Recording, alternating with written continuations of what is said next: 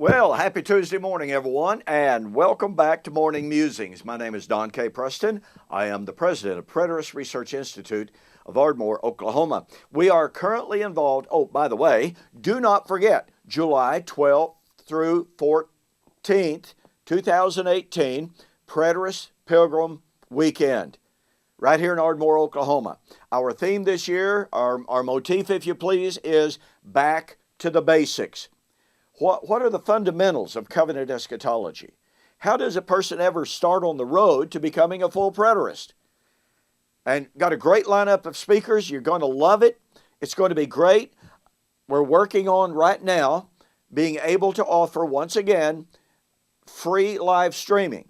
Now, we'll have to have your help, just like we did last year. We're going to have all these speakers in with hotel charges, airplane charges, okay?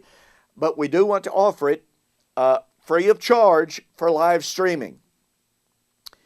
You were so very generous last year and allowed us to be able to afford bringing all of the speakers in, having that concrete expense, and yet at the same time offer live stream. We're working on that, okay? But try to make your plans to be here. It's a great time of fellowship, great time of learning, and you will absolutely love it. July 12th through 14th, 2018, Preterist Pilgrim Weekend. Okay, we are looking at the motif that Paul sets forth in Romans 8:17 and following. Now remember, Romans 8:17 and following is virtually universally admitted to be directly parallel to 1 Corinthians 15 and Paul's doctrine of the resurrection. Paul in Romans chapter 8 talks about the redemption of the body. Paul in 1 Corinthians 15 talking about the redemption of the body. There are very, very few commentators who differ with that. Now, it's great to see such commentators like Gary DeMar say that the glory that Paul was anticipating was about to be revealed, whatever it was. Gary DeMar says it was about to be revealed. It was near. Well, amen to that. I agree with that 100%. But that means that the resurrection, the redemption of the body, was very near. Now, we find in Romans chapter 8 the motif of suffering. Paul said, if we suffer with him, we shall, or that we may be also glorified with him. He then says, I reckon that the sufferings of this present time are not worthy to be compared with the glory that is about to be revealed in us. For the earnest expectation of the creation eagerly awaits for the revealing of the sons of God. Now, I could read the whole thing, but time will not allow. I want you to notice that Paul, in verse 16 or verse 17 here, talks about suffering with Christ to be glorified with Christ. Verse 18, the sufferings of this present time with the glory literally about to be revealed. Now, let's focus on this motif of suffering and imminent vindication, imminent relief, imminent glorification. And in this case, this glorification, this vindication is linked with resurrection.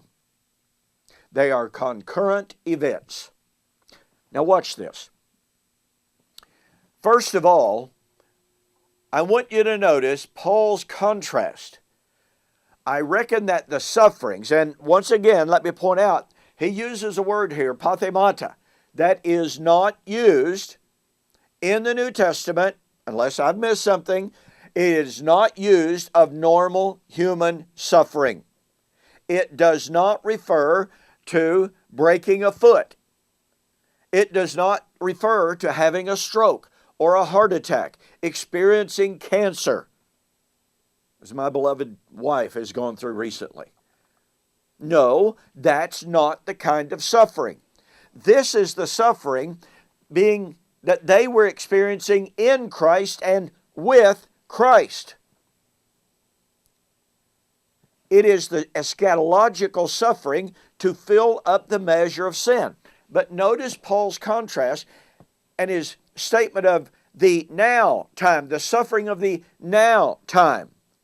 As N.T. Wright points out in his book, Paul and the Faithfulness of God, his 2-volume work from 2013 and 14, Paul in the book of Romans sets forth a contrast between then, and that then was the Old Testament time of expectation. In the last days, at that time, it shall come to pass. But Paul in Romans contrasts that then time of expectation with his now time of realization. Paul says at one time God overlooked the sins of the past, but now has set forth Christ to be a propitiation for our sin. Romans 3, 24 and following. And now he is focusing once again on the now time. That's Paul's first century now time. It is not our now time, because you and I are not suffering with Christ's last days suffering. And let me drive this home. Notice that Paul said the glory that is about to be revealed. I know there's a lot of controversy over the Greek word melo in the infinitive, but the Blas-de-Brunner grammar of New Testament Greek says melo in the infinitive indicates imminence. And I've got commentator after commentator after commentator in my library. In my entire office here is nothing but books, and the library in there is nothing but books, in which Greek scholars of world renown admit and say that melo with the infinitive indicates imminence. And someone says, well, I can show you a couple of passages where it doesn't. What does that prove? Folks, even if you could demonstrate that there are a couple of exceptional usages of melo with the infinitive that do not indicate and demand imminence, that does not destroy the primary meaning. I mean, it's like saying, I give this illustration at times, okay, Angus cows are black. Oh, wait a minute. I saw a white Angus cow yesterday, therefore Angus cows are not black. You don't destroy the primary meaning of a word by finding an exceptional definition to that word. I mean, that's not good hermeneutic. It is absolutely not good linguistics. And so I get amused and, I get a little bit, not really perplexed, but mostly amused when I hear commentators abusing hermeneutic, abusing exegesis, abusing linguistics by saying, well, melo might mean at hand in some passages, but I found a couple of places where it can't mean that. Therefore, when Paul uses melo in the infinitive, talking about eschatology, it can't mean at hand. Well, what about in the passages where Paul, and Jesus, by the way, used melo in the infinitive with other words of imminence? Are you going to say, oh, well, no, it can't mean imminence? Well, once again, that's not good hermeneutic. It is an abuse of linguistics, and it's really bad exegesis. So if we follow the commentators, if we follow the lexicons, and I've got one shelf down here full of lexicons, virtually every single one of them gives the primary definition of melo as about to be on the point of. And they say it's sometimes a periphrasis for the future. Okay, how far in the future? The passages where melo is used upon careful examination and used in comparison with other passages speaking of the same identical event where words of powerful imminence are used. And what that means for us is that Paul says, I reckon that the suffering of this present time, that's Paul's present time, are not, that's in the present, are not worthy to be compared with the glory that is about to be revealed in us. As we continue our study of this motif of suffering vindication, suffering glorification, suffering resurrection, we will see that the suffering and the glorification, suffering was first century, glorification, vindication, resurrection were likewise of necessity first century events.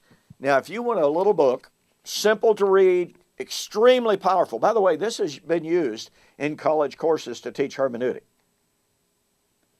Go to my website, order the book In Flaming Fire, a passage that we're going to spend some time on later, because it deals extensively with the motif suffering, vindication, suffering, glorification, suffering, glorification, vindication, parousia, first century parousia, and it does it in an extremely powerful way.